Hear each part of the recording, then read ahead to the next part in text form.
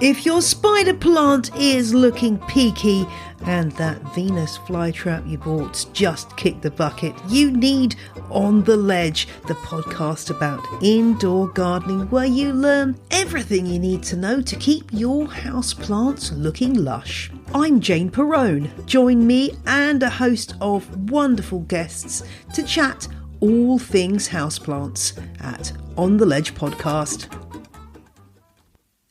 You love podcasts, the stories, the laughs, the unexpected turns. But when this episode ends, the silence starts. Not anymore. Audiobooks.com turns that silence into your next great adventure. With over 450,000 titles, from bestsellers to hidden gems, your love for listening just found its new best friend. And because you already know the joy of audio, we're giving you 3 free audiobooks to start your journey. Imagine your favorite podcast, now with unlimited episodes. That's audiobooks.com. Keep the story going. Sign up for your free trial at audiobooks.com/podcastfree today. Because for podcast lovers like you, the end of an episode is just the beginning. That's audiobooks.com/podcastfree.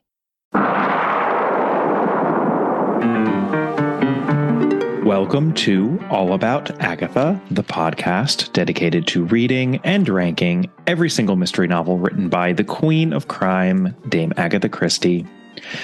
I am Kemper Donovan, and I am back from my family vacation. I hope you all enjoyed the summer rerun episode that I aired. I may be airing another one of those in August. We shall see how the summer goes. But for today, I have something new and exciting for you. This is going to be another holistic episode where I am taking stock of the Christie oeuvre as a whole. Today, I am talking all about the dedications of Agatha Christie, because as we all know, Agatha Christie published a lot of books, 66 full-length mystery novels, and much besides that. And she often, though not always, included dedications at the front of those books. And sometimes Catherine and I would mention those dedications when we were reviewing her novels and doing our ranking exercise and being very systematic about things. But we didn't often discuss the dedications. We certainly didn't always discuss them. And I think they're actually an interesting artifact within Christie's novels because they give us a sense of where she was in her life and who she was speaking to and close with when she was publishing these various books. It's just a slightly different angle into the canon than any we've taken before on this podcast. So I couldn't resist an episode focused on these dedications in which I will be reviewing every single dedication that Agatha Christie wrote, or close to it. Should I fail to bring up a dedication that you know of, please don't hesitate to get in touch. This is going to be an episode that I think will have a lot of listener response because there are some open questions here that I was pondering in preparation for this episode, some real life mysteries. And if there's one thing we all have in common, it is a great and abiding love for mysteries. So I hope you are as excited as I was to find some real mysteries here in the ongoing analysis of Agatha Christie that takes place on this podcast, and will continue to do so for as long as I can possibly string it along, which I feel confident is a very long time. All right, so first, let's talk sources here. I used a lot of my usual sources while researching this episode, in particular, Janet Morgan's biography of Christie and Christie's own autobiography, which I will be quoting from a little, just a little. However, I also have to credit 2 websites that I used while compiling all this information. I found them quite helpful, so I want to give credit where credit is due. The first one I've mentioned before, that would be agathachristie.fandom.com. This is a wiki site, so the information within the site is crowdsourced. It is the work of multiple people editing in tandem or perhaps simultaneously at times.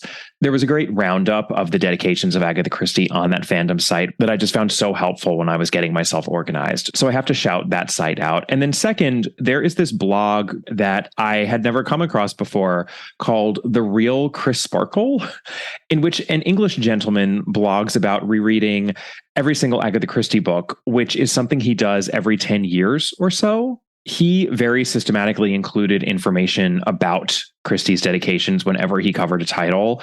I so appreciate his consistency here, which came in handy a few times when I was stumped as to who Christie was referencing in a handful of her dedications.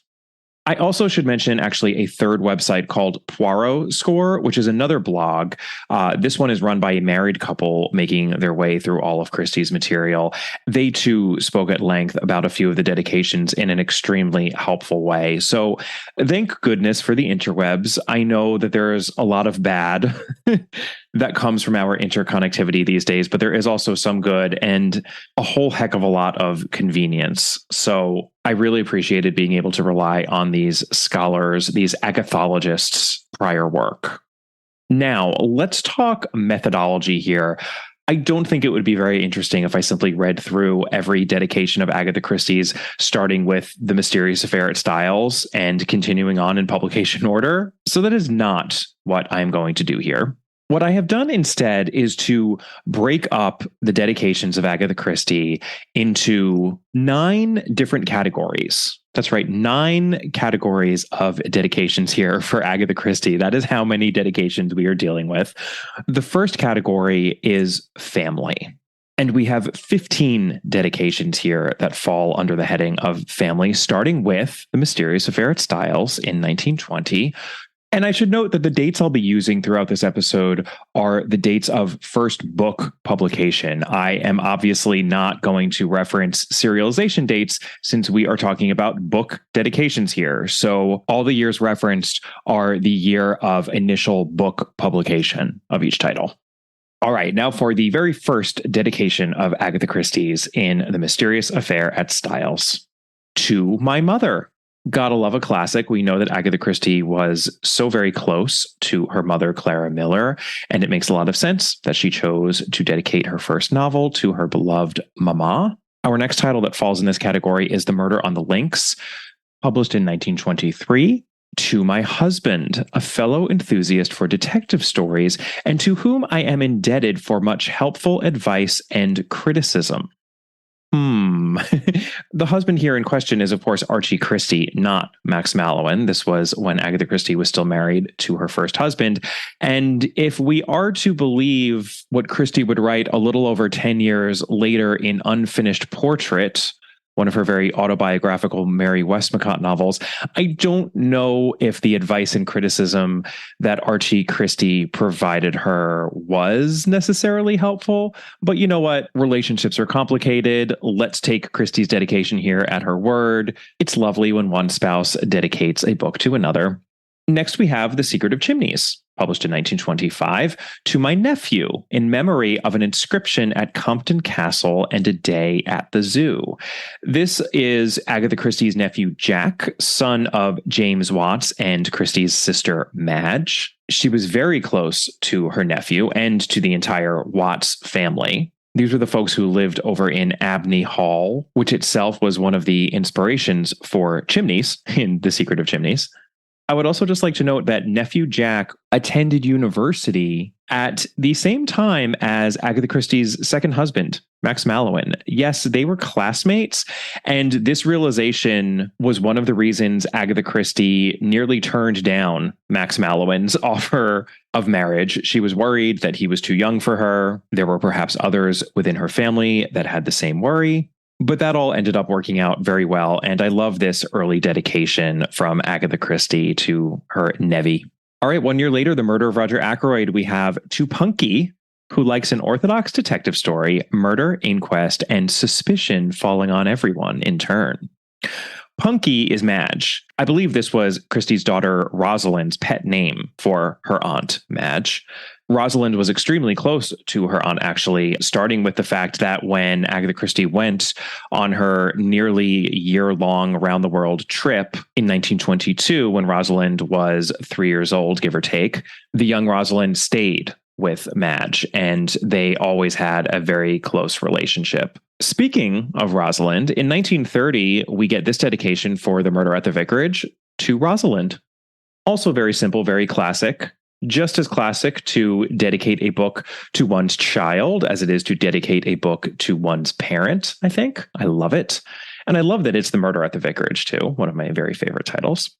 Also in the same year, we get our first double dedication, and this would be for Giant's Bread by Mary Westmacott. That was the first Mary Westmacott title that Agatha Christie published. The dedication here reads, "To the memory of my best and truest friend, my mother." And that's extremely touching, especially since we know that Agatha Christie's mother had passed away by then. And indeed, her mother's passing was one of the many tragic events that befell her in her Annus Horribilis in 1926. So this is a very touching dedication for the very personal story that Christie wrote as Mary Westmacott.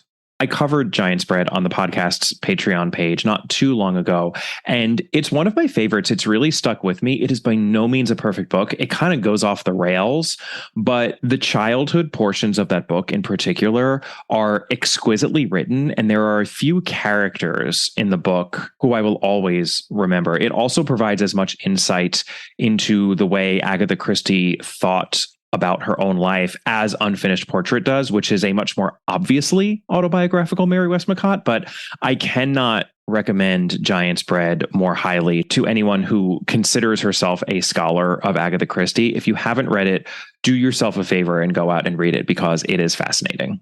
All right, next up in the family category, we have 1931's The Sittaford Mystery to M.E.M., with whom I discussed the plot of this book to the alarm of those around us. A little bit of a light, flirty dedication there. And hey, that makes sense because M.E.M. would be Max Edgar Mallowan. His full name is actually Max Edgar Lucien Mallowan. She left off the L here, but she would soon correct this in our very next offering in this category, which is 1934's Murder on the Orient Express. Here is the dedication of that Christie crown jewel to M.E.L.M. Arpachia, 1933. And Arpachia was the site of one of Max Mallowan's many archaeological digs. Agatha Christie delighted in accompanying her second husband, Max Mallowan, on said archaeological digs. So boom, boom, Max Mallowan has 2 dedications under his belt in under 5 years of marriage. Well done, Max. Next up, we've got 1936's The ABC Murders, one of my very favorite Christie titles, to James Watts, one of my most sympathetic readers. And again, this is Christie's brother-in-law. That would be Jack's father, Madge's husband. And let's just keep on talking about James Watts because he comes up again in 1938's Hercule Poirot's Christmas.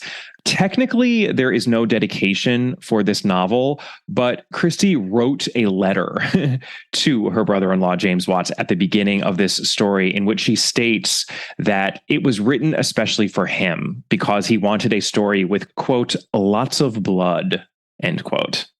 So I think we can treat Hercule Poirot's Christmas as having been dedicated to James Watts as well. By the way, this is the same James Watts who Christie would much, much later credit with giving her the idea that she executed so masterfully in The Murder of Roger Ackroyd. Whether or not that is the case is up for debate, and I won't get more specific about that idea for fear of spoiling. It also might have been Lord Mountbatten's idea, and it was probably Christie's idea, given the fact that she kind of sort of did something similar in The Man in the Brown Suit before The Murder of Roger Ackroyd was published. But he clearly loomed large in Christie's life. All right, we have a few more family dedications to cover. Here's the dedication in 1942's The Body in the Library to my friend Nan. Now, even though she says that Nan is her friend, Nan was technically family in that she was the sister of James Watts. There are even some potential conspiracy theories around how much Nan may have figured into the logistics of Christie's whereabouts during her 11-day disappearance, or really during that crucial night before she ended up at the Harrogate Hydro. Regardless of such conspiracy theories, they were extremely close for the duration of each other's lives. We have this pithy dedication for 1952's They Do It With Mirrors to Matthew Pritchard. He, of course, is Agatha Christie's only grandson. He would have been only about 9 years old at the time They Do It With Mirrors was published. So this is another dedication to a child. Christie's family dedications here span 4 generations, right? She dedicated to her mother, she dedicated to both of her husbands, she dedicated to her daughter, and she dedicated to her grandson. I love it. Just 1 year later, in 1953's After the Funeral, we have a more somber dedication. This one reads, "For James, in memory of happy days at Abney." Now, once again, this is James Watts, who Christie is dedicating the book to, but her sister Madge had passed away in 1950. So this dedication feels very much like an acknowledgement of her sadness, of the fact that she is missing her sister and those happy memories she has of their time at Abney Hall. All right, just 1 year after that, in 1954's Destination Unknown, we have To Antony, who likes foreign travel as much as I do. Agatha Christie was reportedly very fond of her daughter Rosalind's second husband, Anthony Hicks. Let's remember that Rosalind lost her first husband, Hubert Pritchard, during World War II. He was killed in action. She went on to marry Anthony Hicks, who was a great conversationalist. Apparently, he was particularly knowledgeable about butterflies and wine, the latter subject he might have talked about a bit too much. But Christie reportedly loved having him around, and he was a big presence in the latter portion of her life. And now our final family dedication here occurs in 1967. This would be For Endless Night, to Nora Pritchard, from whom I first heard the legend of Gypsy's Acre. Nora is Hubert's mother, Matthew Pritchard's other grandmother. The Pritchards were from Wales, and if you've read Endless Night, you will know exactly what Christie is referencing there by the legend of Gypsy's Acre, acknowledging that Christie's use of the word gypsy, not only as to Gypsy's Acre, but at several points in this novel, is stuck in its time. It's a word many of us choose not to use these days. Well, there you have it. Those are the family dedications of Agatha Christie, which I think gives a nice picture of her family circle. I actually do have a category that I'll be getting to later called overlaps. So there are a few family members in the overlaps category as well. But we know that family was very important to Agatha Christie, and that being a daughter and a wife and a mother and an aunt and a sister-in-law and a grandmother and a sister was very important to her. And I think we see that reflected in these dedications. It's also interesting to me that the majority of these family dedications appear early on in Christie's career. And that makes sense because I think that as she grew older and continued to widen her acquaintance, she started to meet more people and become intimate enough with them that she would want to dedicate her books to them. And that is precisely the direction in which we are headed with our next category, which is non-archaeological friends. That's right. There are so many archaeological friends who feature in these dedications that I had to break up the friend category into 2. And I'm starting with non-archaeological friends because I think these are the more intimate friends among Agatha Christie's acquaintance. So it felt appropriate to move from family to non-archaeological friends here. We're widening out in terms of Agatha Christie's acquaintance here, branching out, starting close with family, and now moving on to more intimate, or at least non-archaeological friends. First up, we have The Man in the Brown Suit, published in 1924, to E.A.B., in memory of a journey, some lion stories, and a request that I should someday write The Mystery of the Mill House. E.A.B. is Major Ernest Albert Belcher, on whom Christie based Sir Eustace Pedlar. She and her first husband, Archie, traveled with Major Belcher around the world when they went on that nearly year-long excursion in 1922. It was such an adventure for her. If she hadn't gone on that trip, she never would have written The Man in the Brown Suit because she took so much of that directly from her experience. I can't even fathom living in a world in which the man in the brown suit doesn't exist. So I feel very grateful to Major Belcher. Mystery of the Mill House, by the way, was an early title for The Man in the Brown Suit, and I believe Mill House was his house. 10 years later, we have Why Didn't They Ask Evans, published in 1934, and this one is dedicated to Christopher Mallock in memory of Hines, Hinds, Hines. The Maliks lived near Ashfield at Cockington Court in Torquay. This is a grand old house and estate that visitors to Torquay can still see and get a great cream tea into the bargain. I popped on up to Cockington Court when I was in Torquay for the International Agatha Christie Festival last year, and I hope to go again this year. Torquay is really hilly, so you have to go up a really steep hill to get to Cockington Court. It's not actually that far from the center of town, but it is a bit of a trek in terms of the gradient. That is my only warning, but it was well worth the effort. So Christopher Malik was one of the sons of this family living at Cockington Court when Agatha Christie lived nearby at Ashfield. He is a contemporary of hers. Cockington is where Agatha put on amateur theatricals in her younger years. So I suppose it makes sense for her to remember one among this set in such a larky book as Why Didn't They Ask Evans? But what was Hines? She says to Christopher Malik in memory of Hines. This is actually one of those mysteries that I was referencing at the beginning of the episode. I have no idea. Is Hines a play?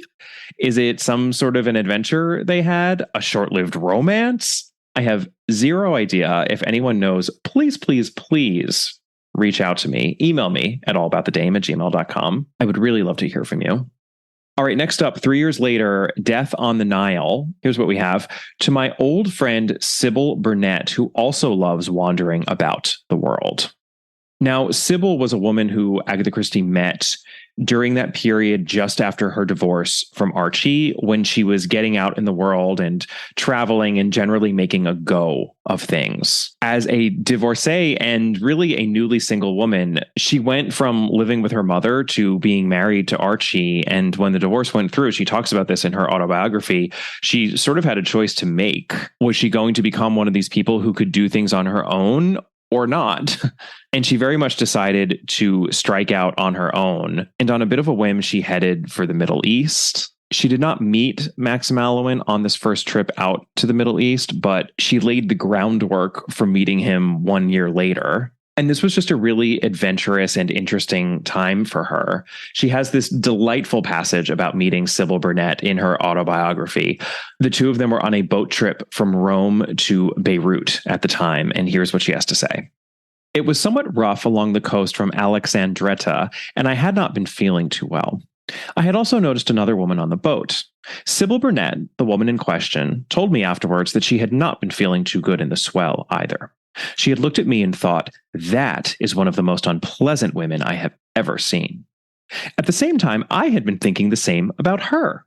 I had said to myself, I don't like that woman. I don't like the hat she is wearing, and I don't like her mushroom-colored stockings. On this mutual tide of dislike, we proceeded to cross the desert together. Almost at once, we became friends and were to remain friends for many years. Sybil, usually called Balfe Burnett, was the wife of Sir Charles Burnett, at that time Air Vice Marshal, and was going out to join her husband. She was a woman of great originality who said exactly what came into her head, loved traveling in foreign places, had a beautiful house in Algiers, 4 daughters and 2 sons by a previous marriage, and an inexhaustible enjoyment of life. Well, now I want to be Sybil Burnett's friend. She sounds fantastic. I love that they were able to find each other on their travels. All right, believe it or not, the very same year in 1937, in a separate book, this time we are talking about Murder in the Mews. This is Christie's collection of 4 novellas. We have another dedication to a woman named Sybil. This one is to my old friend Sybil Healy with affection. Now, this Sybil was very different from Sybil Burnett.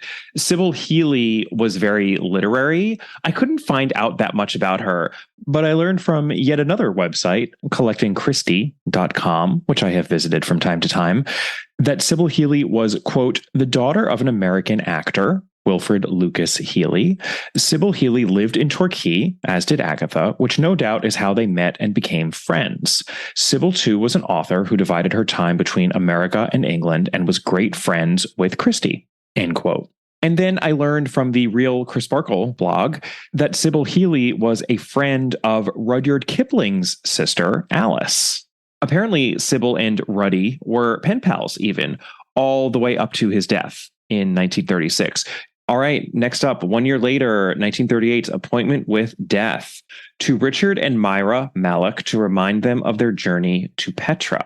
Richard Malloch is the brother of Christopher Malloch, another brother within this Malloch family at Cockington Court. So that's who they are. And Appointment with Death does very effectively evoke Petra as a setting. So I hope the Mallochs appreciated the book and the dedication. I'm sure they did.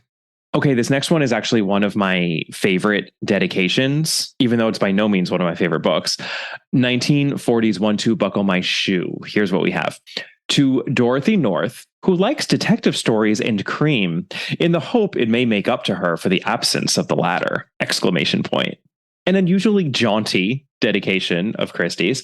Dorothy North was the daughter-in-law to the 12th Baron North, and among the rather large circle of friends that Agatha Christie had in London in the 1930s. You know, I think people often think about Agatha Christie's annual trip to the Middle East with Max Mallowan, which she took during the 30s and then after the Second World War as well. And I think people also think a lot about her summer visits to Greenway in Devon, but she also spent a lot of time in London and had quite a swinging social life. And Dorothy North was a particular friend of Christie's because her daughter, Susan, who I will be mentioning in a little bit, was a particular friend of Rosalind's. They seem to have been best friends. And in 1937, Dorothy North actually presented Rosalind at court as a debutante. And she did this because Agatha Christie could not present her own daughter at court due to her status as a divorcee. How do you like that? Oh, how the times have changed. Now the royals themselves are divorcing left, right, up, and down. But in 1937, it was not okay. So Dorothy North stepped in and filled that crucial role for Agatha Christie. I think that shows how close they were, as does this dedication. All right, we have 2 more dedications in this non-archaeological friends category. Fast forwarding over 2 decades to 1961's The Pale Horse. To John and Helen Mildmay White, with many thanks for the opportunity given me to see justice done. Now, I was able to figure out who John and Helen Mildmay White are.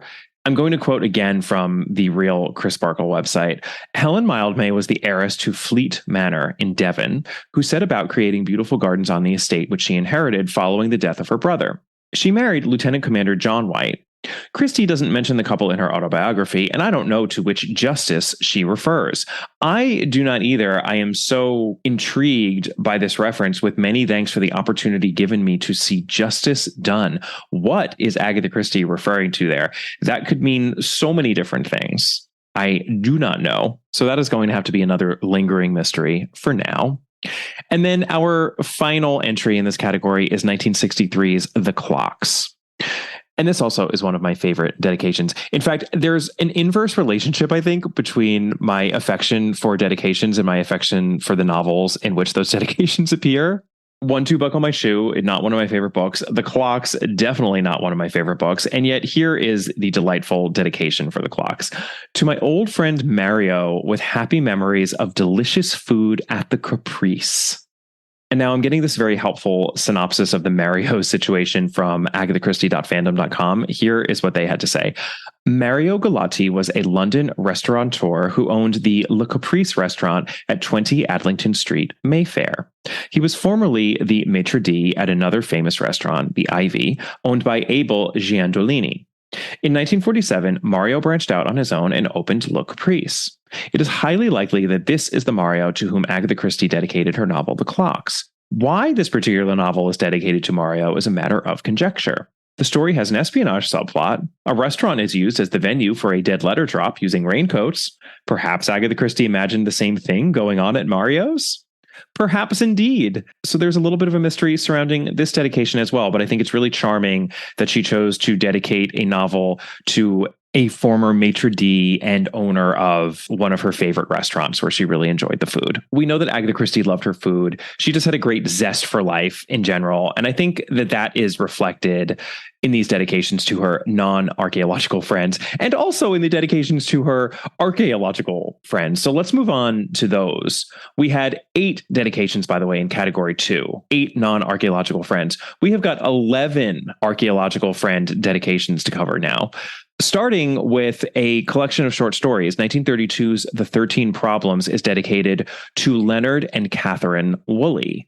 The Woolleys were, in a way, responsible for Agatha and Max getting together.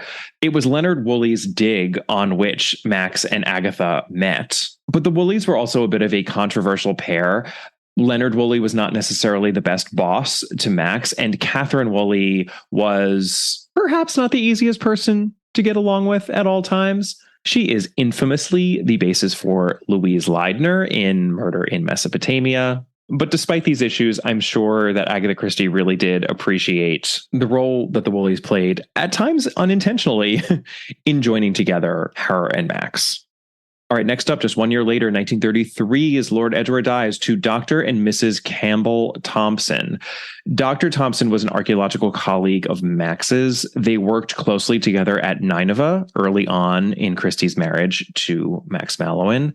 Apparently, Dr. Thompson was notoriously cheap and thought that the writing table Agatha bought and used at the dig in Nineveh, and on which she wrote this very novel, was an extravagant purchase. I would say that it was worth it, since Lord Edgeworth Dies is a personal favorite of mine, due in no small part to Jane Wilkinson. But that's who the Thompsons are. Next, in 1940's Sad Cypress, we have a dedication to Peter and Peggy McLeod.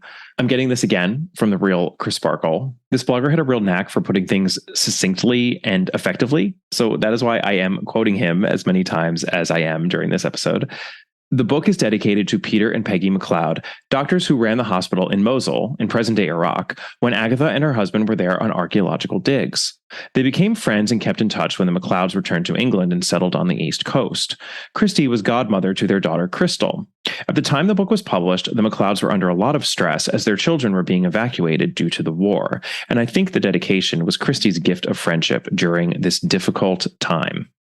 A little bit of supposition there on the part of the real Chris Sparkle, but that makes sense to me. And it's a good reminder that Sad Cypress did indeed make its way into the world in the early years of the Second World War. I think it's easy to forget that. So it's interesting that the dedication reminds us of its immediate historical context. Just 1 year later, in 1941, Agatha Christie dedicated Evil Under the Sun to John in memory of our last season in Syria.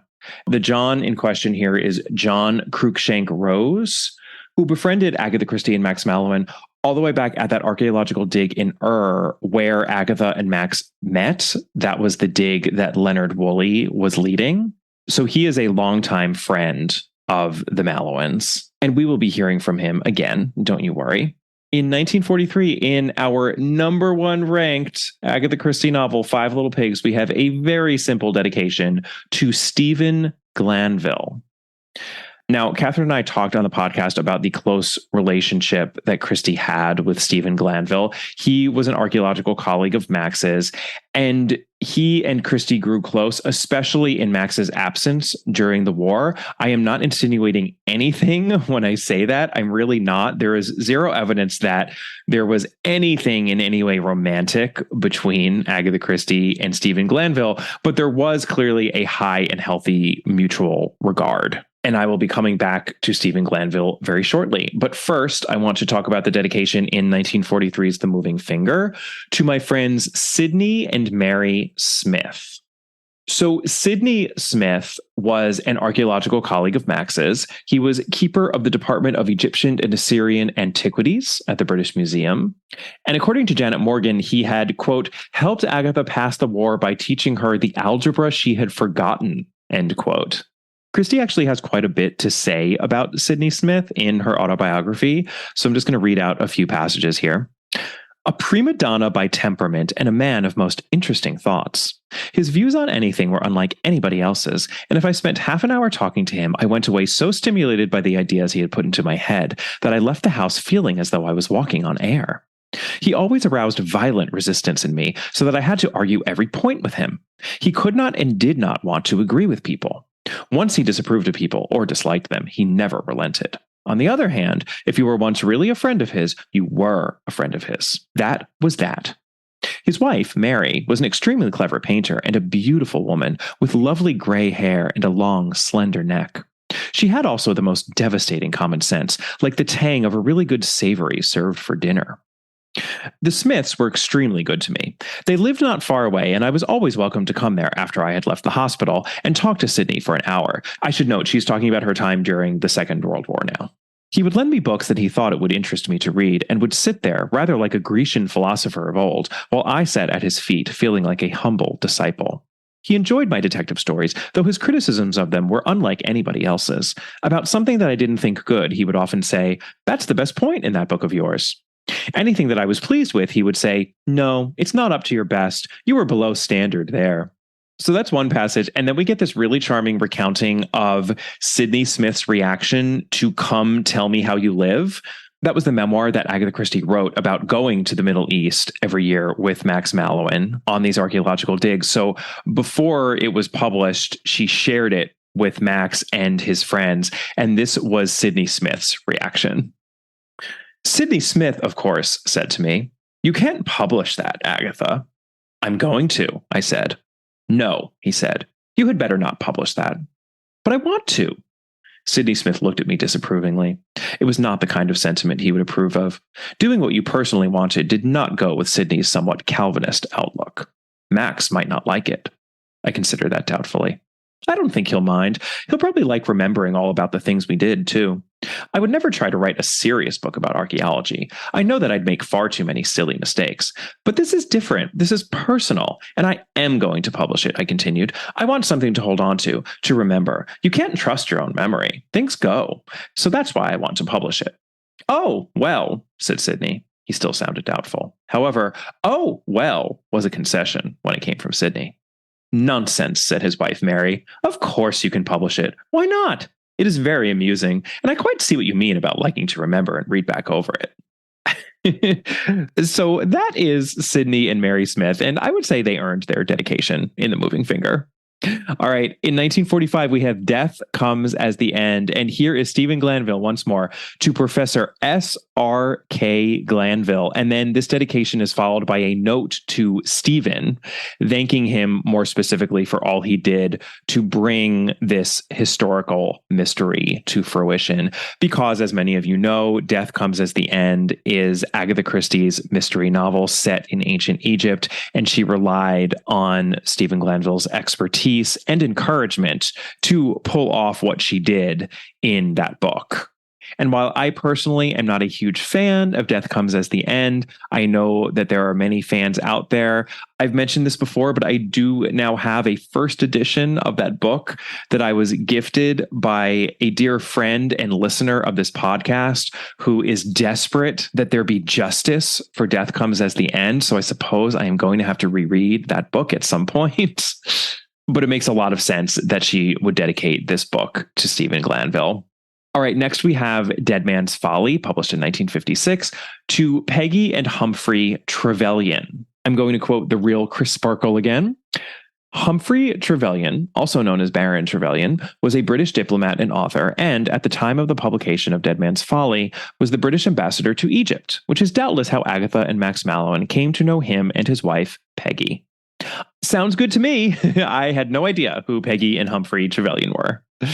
And I am just going to move on rather quickly from them and return to John Cruikshank Rose, because in 1964's A Caribbean Mystery, Christie's dedication reads as follows: "To my old friend John Cruikshank Rose, with happy memories of my visit to the West Indies." And as Catherine and I mentioned when we covered A Caribbean Mystery, Christie based the fictional island of St. Honoré on the islands that she did visit in the 1960s when she and Max went to the West Indies along with their good friend, John Cruikshank Rose.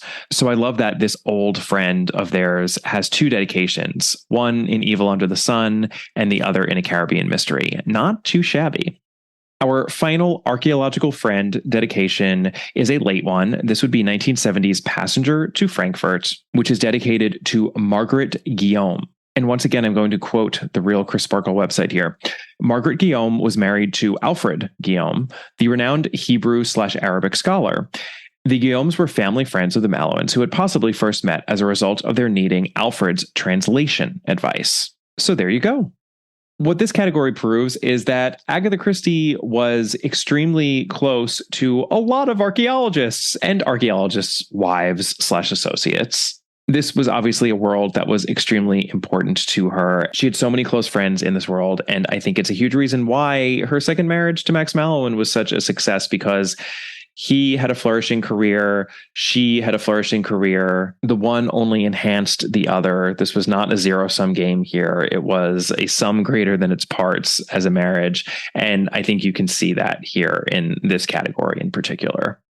All right, category number 4, writing-related colleagues and acquaintances. This is the category that I think militates against Agatha Christie's insistence at times that she was barely a professional writer and didn't do much more than, just disappear into a room for a couple of hours, a few days in a row, and then emerge with a full-length mystery novel. She obviously worked extremely hard, had an outstanding business acumen in particular, and became close with many people as a result of pursuing her passion for writing. So here goes.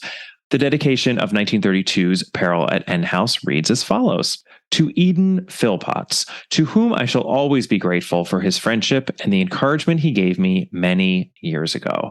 We've talked about this at length on this podcast, about how the established Devonshire novelist Eden Philpotts encouraged a young Agatha Miller, who sent him her work at her mother's encouragement when she was quite young. I believe it was that first novel that she wrote in her teenage years, Snow Upon the Desert. He could have dismissed her. He could have not read it and never gotten back to her, but he read it and he told her she had talent and that something would come of her work if she stuck with it. Thank goodness he did. I think he certainly earned this dedication in one of my very favorite Christie novels. 1935's Death in the Clouds is dedicated to Ormond Beadle. Now, Ormond Beadle was a famous osteopath and writer, but this is a bit of a mystery as well. I could not find a connection between Ormond Beadle and Agatha Christie. They are both writers, which is why I'm putting this dedication in this category. But if anyone has any idea how Agatha Christie and Ormond Beadle knew each other and why she saw fit to dedicate Death in the Clouds to him, I would really, really be interested to know.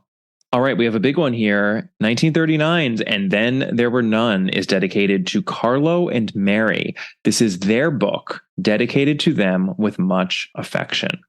Carlo was Charlotte Fisher, Agatha Christie's beloved secretary / assistant / bag woman. I think she was a lot of different things to Agatha Christie. They were extremely close. And Mary was Carlo's sister, and she was similarly beloved by Christie. So this dedication, I think, speaks to those people in Christie's life who empowered her to write as much as she did. She needed help. She needed help with Rosalind. She needed help with correspondence. She was not a particularly organized person. So if not for Carlo, if not for Mary, I don't think we would have 66 Agatha Christie novels to delight in. And I love that she dedicated this crown jewel to them. You know what I'm about to say. Never underestimate the help. All right, Towards Zero, 1944. To Robert Graves. And then there's a little note to him that follows this dedication in which she implores Mr. Graves to restrain his critical faculties and just enjoy the book. Robert Graves was a celebrated critic, in addition to being the author of I, Claudius. Did anyone else love that old Derek Jacobi adaptation of I, Claudius as much as I did? So good. I remember devouring that when I was 13 or 14 or so, probably on VHS. Really dating myself here. I hear you're dying, great-grandmother. You won't forget your promise, will you? To make you a goddess. And what makes you think that a filthy, smelly old woman like you could become a goddess? I don't need you anymore, you see, great-grandmother. My secret will die with you. You're going to stew in hell forever and ever. Robert Graves and Christie were neighbors in Devon, and they were friends. And yet, Robert Graves is the one who is quoted in Agatha Christie's New York Times obituary as deeming her English schoolgirlish. Pshaw, Robert Graves, how dare you? I'm not sure if he did earn this dedication in Toward Zero, which I wouldn't say is one of my very favorite Christie novels, but it's one that I have a lot of affection for now that I'm on the other side of the ranking project. Okay, let's move on to a short story collection. That would be The Labors of Hercules. There are many out there that would argue this was Christie's greatest collection of short stories. That was published in 1947, and the dedication reads as follows: To Edmund Cork, of whose labors on behalf of Hercule Poirot I am deeply appreciative, this book is affectionately dedicated. I'm so glad that Edmund Cork got a dedication here, and I think you really can feel Agatha Christie's affection. This dedication is slightly wordier than usual. I think she was making an effort here to convey the warmth of her feelings for her longtime agent. They would continue to work together for nearly 3 decades after this dedication. This is the only dedication that Edmund Cork received. But let's not look a gift horse in the mouth too much. It's great that he got the one. Mrs. McGinty's Dead, published in 1952, is dedicated to Peter Saunders in gratitude for his kindness to authors. And talk about a well-deserved dedication. It was in that very same year, in 1952, that Christie's play The Mousetrap was launched on the West End, produced by Peter Saunders. The Mousetrap is still running to this very day. Peter Saunders would go on to produce so many other Agatha Christie plays during his and Christie's career. At one point, there were 3 Agatha Christie plays running concurrently on the West End: The Mousetrap, Witness for the Prosecution, and Spider's Web. And I love that as early as 1952, Agatha Christie felt moved enough to dedicate one of her novels to Peter Saunders.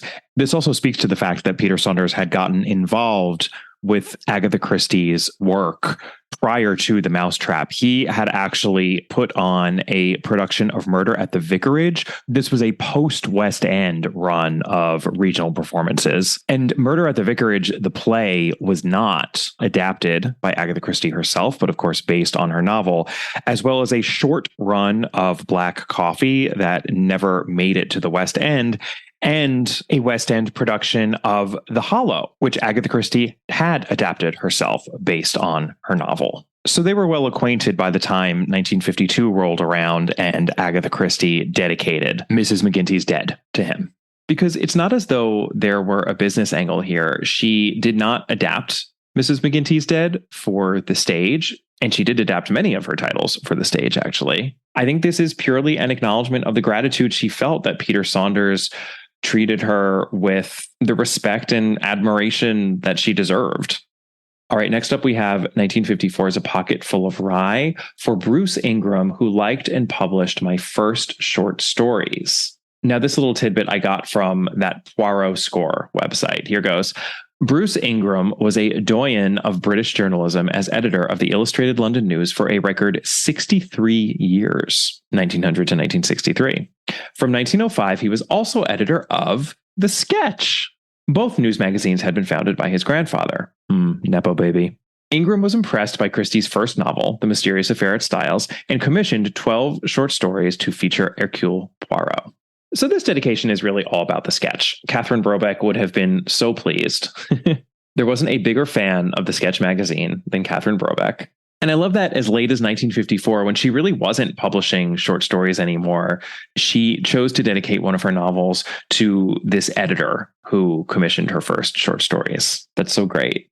All right, 1958's Ordeal by Innocence, to Billy Collins with affection and gratitude. Now that I think about it, it's a little surprising that it took until 1958 for her to dedicate a book to Billy Collins, who was, of course, the head of her UK publisher. They had been working together since 1926's The Murder of Roger Ackroyd, but she got there in the end.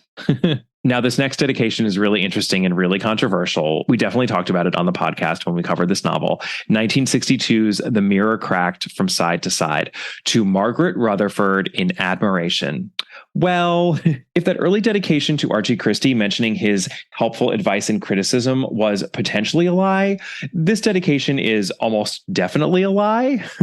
We know that Christie was more or less horrified by the Margaret Rutherford Miss Marple film adaptations distributed by MGM. But I think her respect and admiration for Margaret Rutherford as an actor in general was real.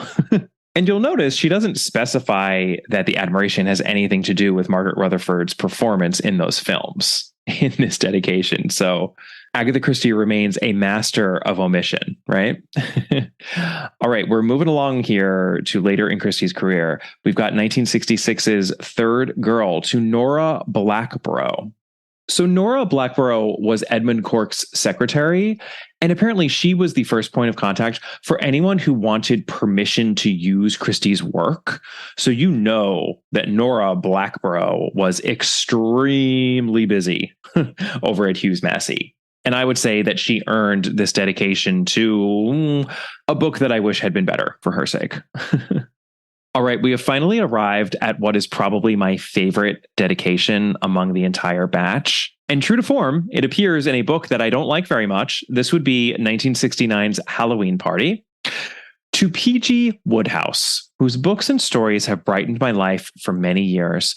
Also to show my pleasure in his having been kind enough to tell me that he enjoys my books.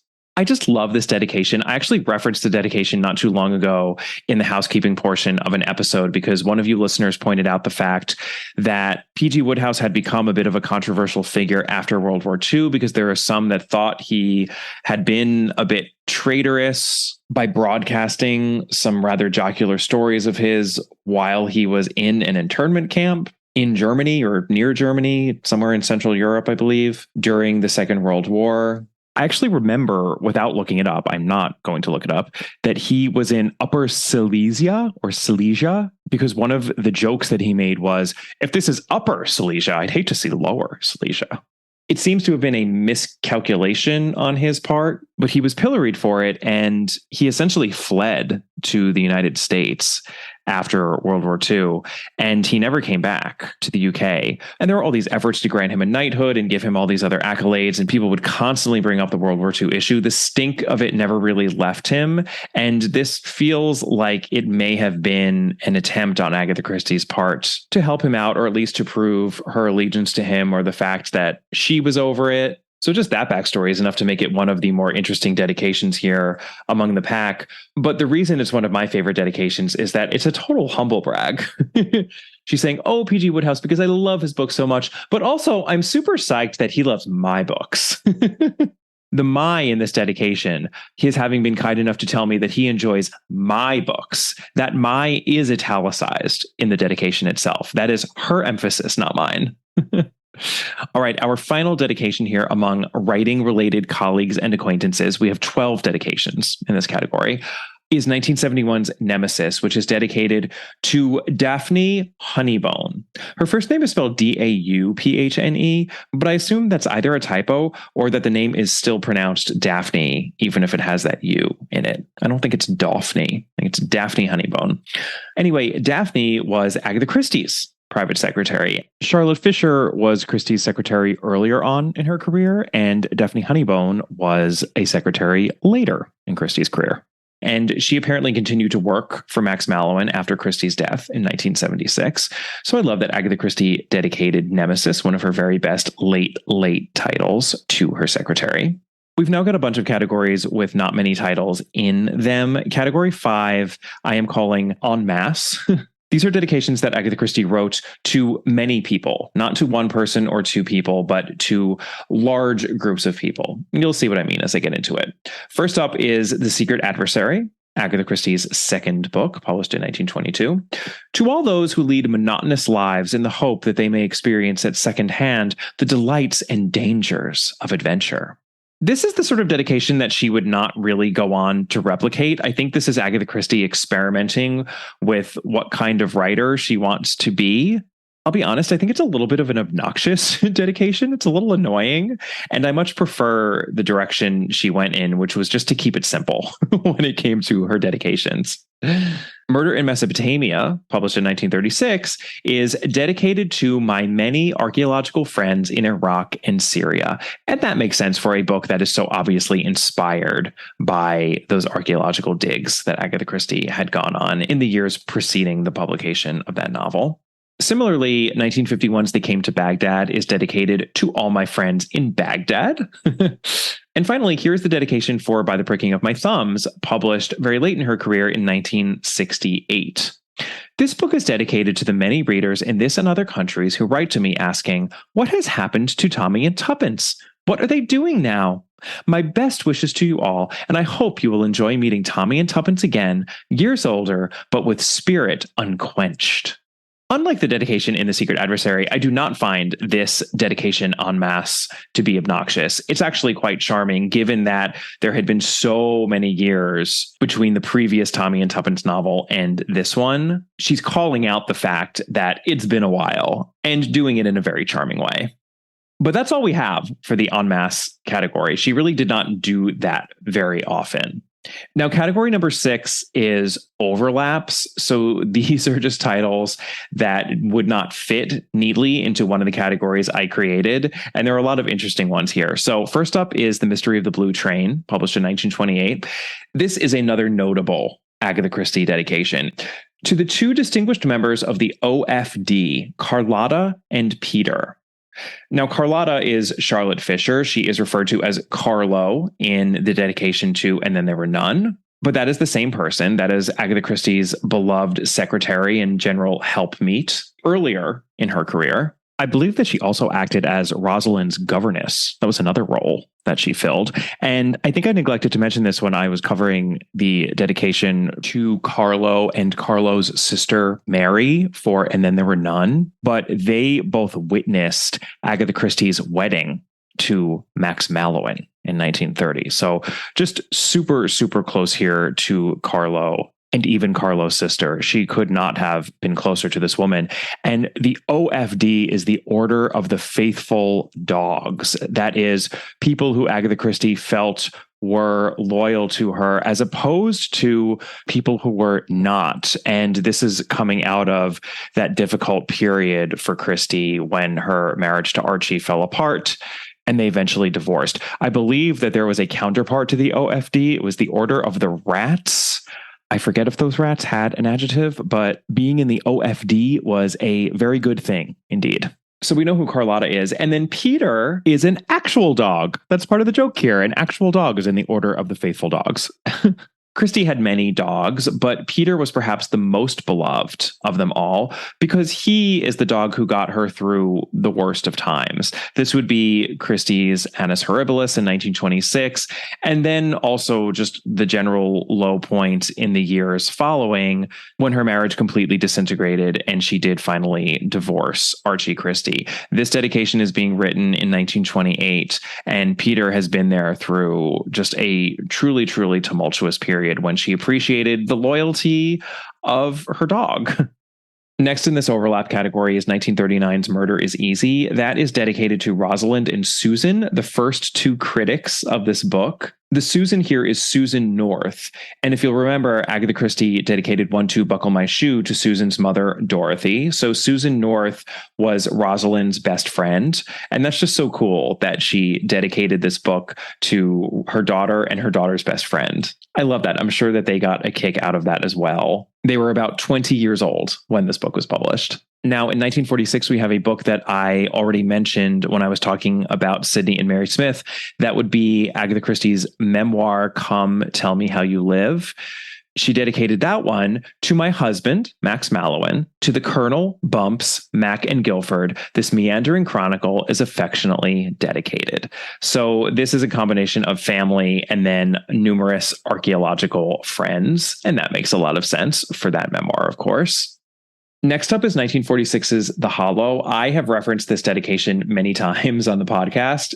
For Larry and Danae, with apologies for using their swimming pool as the scene of a murder. The Larry in question is Francis L. Sullivan, the actor who played Poirot on stage in the 1930s, often as a second act to Charles Laughton, who played Poirot first in many of these productions. So in a real way, Larry is a writing-related colleague and acquaintance of Agatha Christie's, but he truly did become a friend over the years. And then Danae is Larry's wife, and Christie visited them often at their country estate, especially when she needed to get out of London during the Second World War. Very understandable. And this is how she came to model the pool that features so prominently in The Hollow on their pool at their country estate. So that's just a neat little dedication there. Okay, in 1959's Cat Among the Pigeons, Christie's dedication reads, "For Stella and Larry Kirwan." This married couple is an interesting overlap because Larry Kirwan is an archaeological friend, and Stella Kirwan is actually a writing-related acquaintance. I've already mentioned Carlo Fisher, an early secretary of Christie's, and Daphne Honeybone, a late secretary of Christie's. Well, allow me to introduce you to Stella Kirwan, a mid-career secretary of Agatha Christie's. And like Carlo and Daphne, also a friend.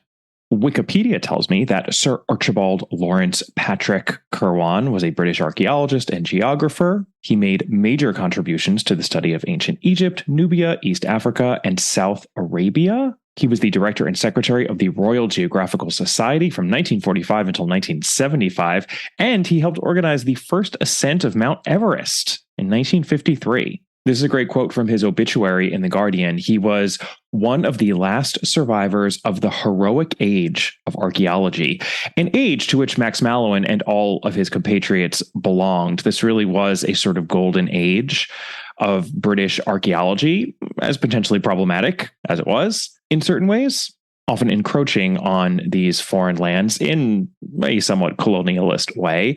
But Larry Kirwan actually lived until 1999. So it does make sense that he was hailed in his obituary as one of the last survivors of that great age of archaeologists. And then our final overlapping dedication is the last dedication that Agatha Christie wrote, and that would be for 1973's Postern of Fate, for Hannibal and his master. Hannibal was Agatha Christie's dog at the time. She loved her dogs, and we have a dog heavily featured in Postern of Fate. And Hannibal's master is, of course, Max Mallowan. He got one more dedication in there, right under the wire. All right, category 7 is my wild card category. These are just crazy cuckoo bananas dedications of Agatha Christie's. The first is 1930's The Mysterious Mr. Quin collection. This one is dedicated to Harlequin the Invisible. Harlequin the Invisible is not a real person. This is a fictional character. The fictional character himself is not even particularly substantial. He is a rather ethereal character within that collection. Quite an unusual move to dedicate this collection to Harlequin the Invisible, but so on point for what Agatha Christie is doing in that collection. I just love the Mysterious Mr. Quin collection so much. There is so much about that collection that works, including the dedication. All right, in 1937's Dumb Witness, the dedication reads as follows: "To dear Peter, most faithful of friends and dearest of companions, a dog in 1,000. And I've already talked about this since The Mystery of the Blue Train was dedicated to Carlotta and Peter, but this is the only book that is solely dedicated to a pet. And she calls it out right there in the dedication, a dog in 1,000. And of course, that is on point for this book as well, because this is Dumb Witness, which also very heavily features a dog, much more cleverly than in Postern of Fate. So that all makes sense. And then our final wildcard dedication is for another book collection. That would be The Adventure of the Christmas Pudding and a Selection of Entrees, which came out in 1960. That was one of those rare gap years when there wasn't a full-length mystery novel ready to publish, but the public needed It's Christie for Christmas, so they put out a short story collection.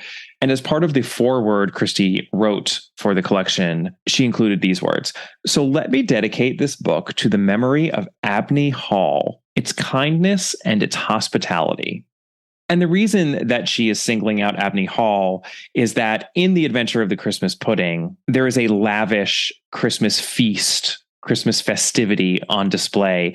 And that was very much inspired by her memory of those lavish Christmases that she spent at Abney Hall with Madge and James and Jack and her mother and Nan and other assorted family members and friends. But I also just love that she has one dedication to a house, because Agatha Christie did love her real estate and she loved Abney Hall. I'm actually a little surprised now that I think about it that she didn't dedicate one of her books to Greenway. Dead Man's Folly could have been dedicated to Greenway, for example, with no disrespect to Peggy and Humphrey Trevelyan. She also could have dedicated one of her books to Ashfield, say Sleeping Murder, which actually doesn't have a dedication. And that leads me, oh so organically, to my eighth category, my eighth of 9 categories.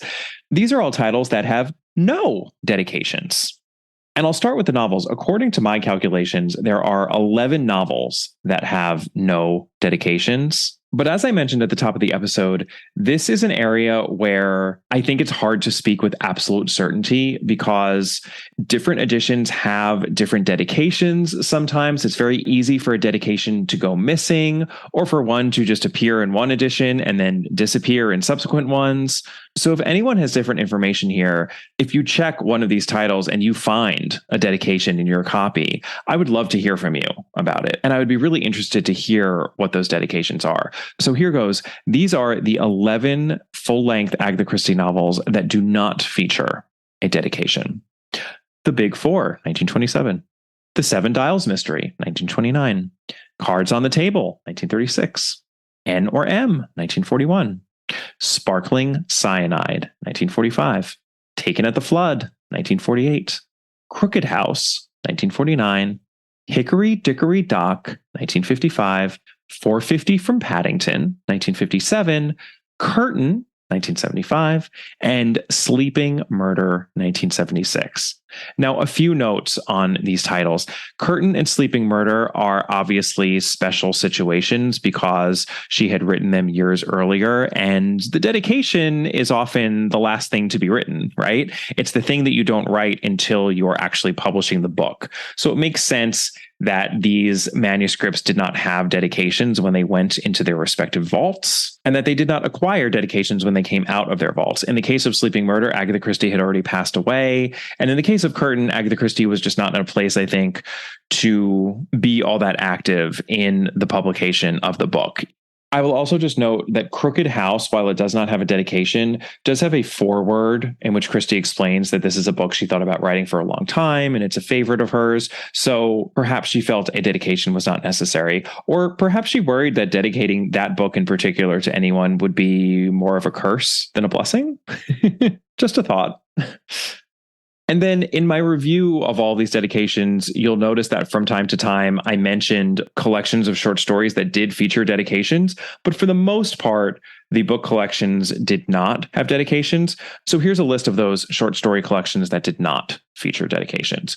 Poirot Investigates, published in 1924. Partners in Crime, 1929. The Hound of Death, 1933. The Listerdale Mystery, 1934, and Parker Pyne Investigates, also in 1934. Sure, there are a lot of other short story collections down the years of Christie's career, but those early ones are the major ones and the ones that she was involved in most intimately. My understanding is that all of those later collections, unless I cited them in my review, do not have dedications. So we know that The Labors of Hercules does, The Adventure of the Christmas Pudding does, but I do not believe that Poirot's early cases or The Mystery of the Baghdad Chest, etc., have dedications at the front of them. Once again, if you know differently, please let me know. And then finally, I mentioned that Giant's Bread was dedicated to Agatha Christie's mother, but I believe that was the only Mary Westmacott to feature a dedication. So here's just a rundown of the rest of the dedication-less Mary Westmacotts. Unfinished Portrait, published in 1934. Absent in the Spring, 1944. The Rose and the Yew Tree, 1948. A Daughter's a Daughter, 1952. And The Burden in 1956. And then the final title I just have to mention, which does not feature a dedication, is Agatha Christie's autobiography, which was published posthumously. So I think that's a similar situation to what we have with Sleeping Murder. All right, it is time for my final category of dedications, category 9, and this is the mystery category. These are dedications that stumped me. I do not know who these people are, and this irks me, and I want to know who they are, and I want you to help me figure it out. So here goes. Here is our homework. In 1934, Agatha Christie published 3-act tragedy, and the book's dedication reads as follows: dedicated to my friends, Geoffrey and Violet Shipston. That's Geoffrey with a G. So after some intense internet sleuthing, I found this website called the Bramford World War I Project. The URL is bramfordww1project.org.uk. And it's this website dedicated to the memory of those who served during the First World War, who come from the village of Bramford, which is in the mid-Suffolk district of Suffolk in England. So not near Devonshire at all. But on this website, I found reference to a Captain Geoffrey Thomas Shipston, who was born in 1893 and passed away in 1976. Now, that is almost exactly Agatha Christie's lifespan. She was born in 1890 and passed away in 1976. So this Geoffrey Shipston was very much her contemporary. That's why I was really hoping he was from Devonshire, because I was thinking that they might have been childhood friends. But that seems unlikely. He served during World War I, and right after serving during the war, he married a woman named Violet in 1918. So this has to be the Geoffrey and Violet Shipston who Christie is referencing in this dedication.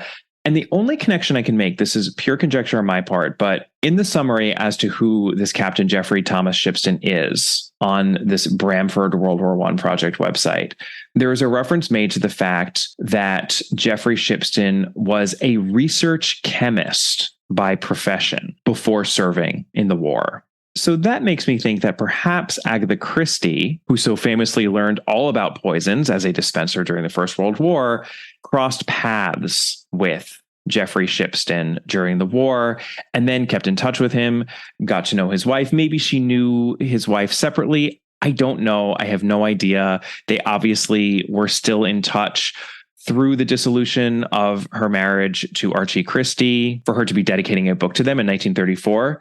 So I feel like I have a couple of pieces of the puzzle, but not all of them. And I would really, really appreciate it if anyone can shed any light on the matter. But that is an ongoing mystery, the dedication in 3-act tragedy. So that's our first little mystery. Next up, we have 1950s A Murder is Announced to Ralph and Anne Newman, at whose house I first tasted delicious death. And she puts delicious death in quotation marks and ends that with an exclamation point. Delicious death is obviously a reference to the cake that is baked and eaten in A Murder is Announced. My good friend, the gentleman blogger over at The Real Chris Sparkle, has this to say about the Newmans. This may have been the Ralph Newman whose family owned the gardens at Blackpool Sands in South Devon, but I can't prove it. No matter, Delicious Death was obviously the name they gave to their homemade chocolate cake. That's all I got, folks. Who are Ralph and Anne Newman, these purveyors of the delicious death cake we have come to know and love in A Murder is Announced? I do not know. All right, next we have At Bertram's Hotel, published in 1965, for Harry Smith, because I appreciate the scientific way he reads my books. I feel like I should know who this is, but I don't. And Harry Smith is a very ungoogleable name. Who is Harry Smith? I don't know. I've got another one for you. This is even more mysterious because we don't even have a last name. Just recently, I covered the titular short story in the collection Star Over Bethlehem and Other Stories, which was also published in 1965. The dedication for that collection reads, For Heidi, spelled Hydie. I assume that that is a first name, but I have no idea who Heidi is. This was obviously a very personal book for Agatha Christie Mallowan, so this dedication might be the deepest, darkest, most unsolvable mystery of all, which means that I am determined to figure out who Heidi is. All right, and then our final mystery dedication is from 1972's Elephants Can Remember to Molly Myers in return for many kindnesses. I have no idea who Molly Myers is, listeners. The internet was not giving me much. So let's try to figure it out, shall we? 5 juicy little mysteries. What an appropriate way to end this all-encompassing overview of the dedications of Agatha Christie. Don't touch that dial. We'll be back in a moment with the rest of our episode. We just wanted to take a moment to ask you, our dear listeners, for a favor. If you haven't already done so, we would very much appreciate it if you take a moment to, give us a rating or a review wherever you're listening to this podcast. It really helps the podcast out because ratings and reviews make it much easier for other Christie fans such as yourselves to find our podcast. And the more ratings and reviews we get, the more people we can reach. It should take you a matter of seconds, and lucky you, we're going to provide you with those seconds right now, so go to it.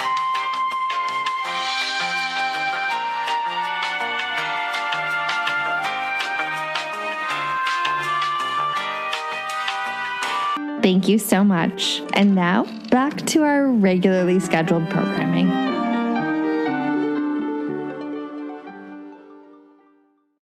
All right, so I have a few final thoughts now that we've gone through all of these dedications. First off, here are the stats for those who were honored enough by Agatha Christie to get more than one dedication from her.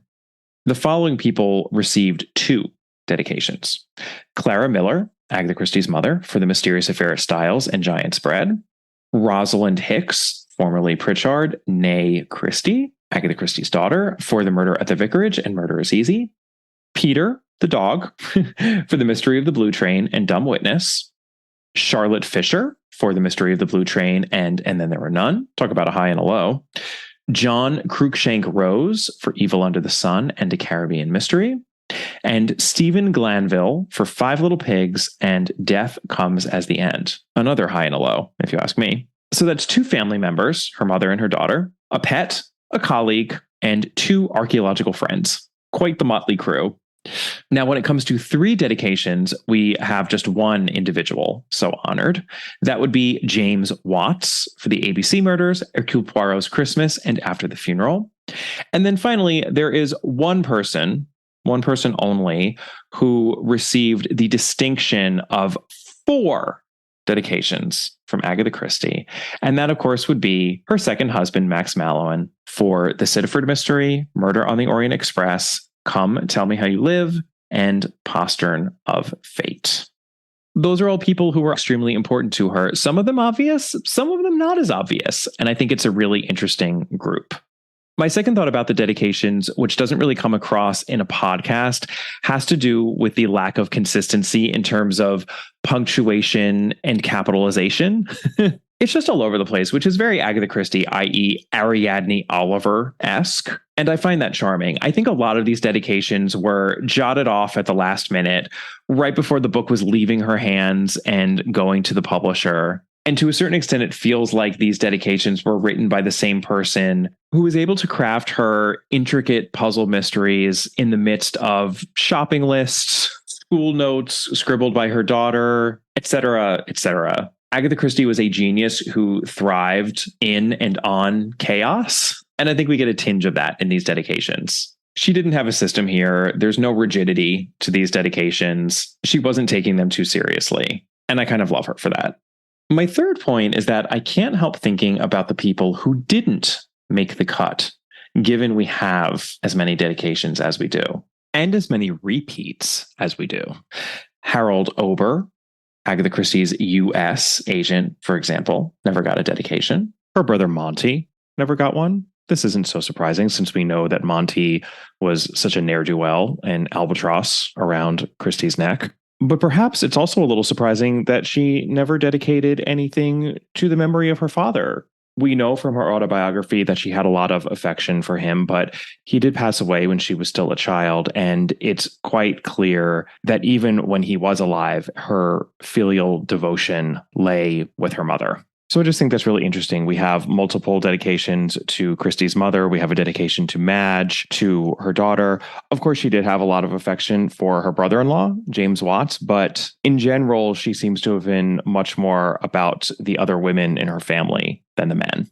And that, I think, is borne out by the way she describes her family in her autobiography. It's potentially a little curious that Hubert Pritchard, Agatha Christie's son-in-law, didn't get a dedication, even a posthumous one in memory. But to my mind, the biggest hole has to do with the fact that Agatha Christie never dedicated a single one of her mystery titles to any of her fellow mystery authors. She dedicated one of her books to Eden Philpott, but that was because he did something for her. And she dedicated a book to P.G. Wodehouse. But I think part of the attraction of that dedication is the fact that he falls so far outside of the kinds of books that she writes. I just think it's really interesting that she never dedicated a title to, say, one of the other so-called queens of crime or even the Detection Club, which she led for so many years. And I think that speaks to the sort of rugged individualist streak in Agatha Christie. She did not necessarily play well with others when it came to her career. She wanted to write her books and do it her way and be done with it. Collaboration was not really her cup of tea, even though she did it occasionally, especially earlier on in her career before she probably had the confidence to just reject any of those approaches as she did later on. And I think we can see that individualist streak in the dearth of dedications to her fellow authors. We know that she read mysteries widely and appreciated them and got along very, very well, of course, with her contemporaries. She was an extremely social and cordial presence always. But I just don't think she was looking to game the system in the way that other authors are. I will say this as an author making his way through the publishing world in 2023. There are a lot of overtures that must be made to fellow authors when it comes time to solicit blurbs for your book. Blurbs are those little recommendations that you see either on the back cover of the book or sometimes in the front pages of the book from professional reviewers, but also from fellow authors. And soliciting blurbs is a rigmarole. It's a game that every author has to play to some extent. And I can't help thinking that Agatha Christie would have loathed that game and refused to partake of it. Anyway, that's just a thought I had as I sat back after having reviewed all of these dedications and thought about what might be missing from this group. My final thought on the dedications of Agatha Christie just has to do with the fact that these dedications, taken as a whole, thoroughly belie the notion that Agatha Christie was not a serious or committed professional writer working in the world. Not that we doubted this, or not that I doubted this as a Christie aficionado, but Christie herself did her best to pretend that that was the case. And what these dedications prove is that she was so obviously a worldly and connected and curious and energetic and social being who had a wide circle of acquaintances in the world, and who, even though she may have suffered from constitutional shyness, still managed to make her mark on the world she lived in by way of all these connections that she had to so many different people. Yes, as a wife and a mother and a daughter and a close friend, but also as a person who traveled widely, traveled halfway around the world on a regular basis and made all sorts of friends, and especially a person who had a flourishing career and whose professional circle was quite large and robust.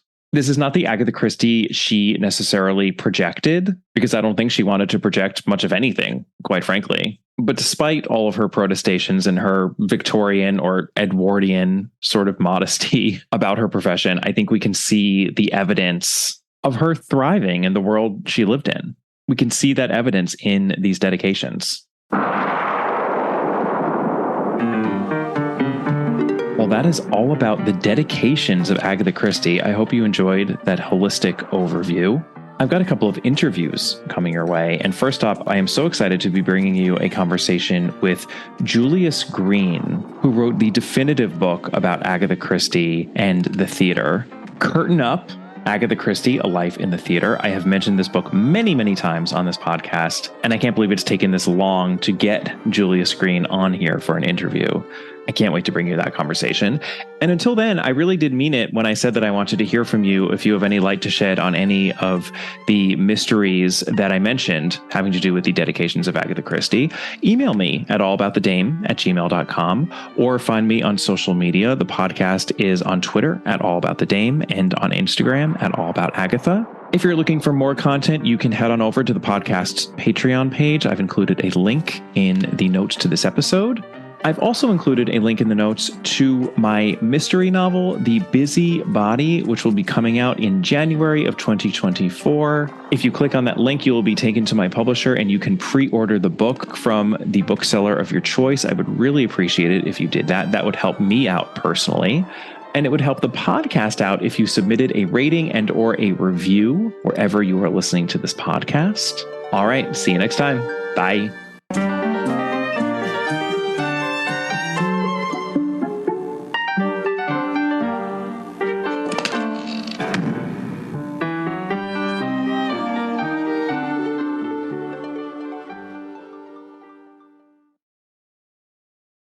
Ever tried reading while jogging, cooking, or even juggling flaming torches?